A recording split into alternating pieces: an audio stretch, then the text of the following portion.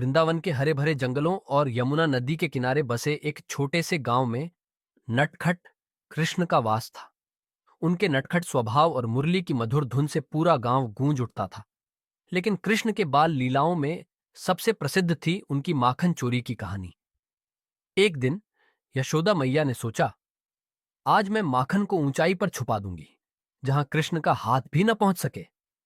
उन्होंने माखन के मटके को छत की एक ऊंचाई पर लटका दिया और सोचा कि अब उनका नटखट लाल इसे नहीं चुरा सकेगा। परंतु कृष्ण भी कहां हार मानने वाले थे। उन्होंने अपने दोस्तों को बुलाया और कहा, आओ मिलकर एक पिरामिड बनाई, हम सब मिलकर माखन तक पहुंचेंगे। कृष्ण सबसे नीचे खड़े हुए, फिर उनके दोस्त एक एक कर उनके ऊपर चढ़ने लगे।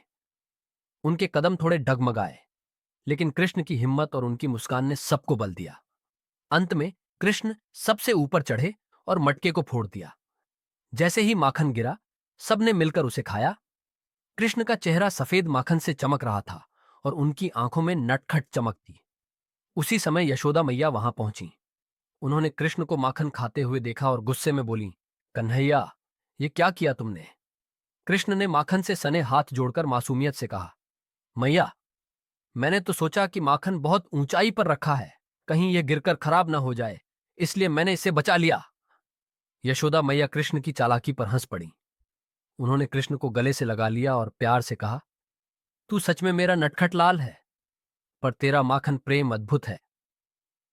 वृंदावन में फिर एक बार कृष्ण की माखन चोरी की कहानी सुनाई जाने लगी और हर कोई उनके नटखट स्वभाव का दीवाना हो गया।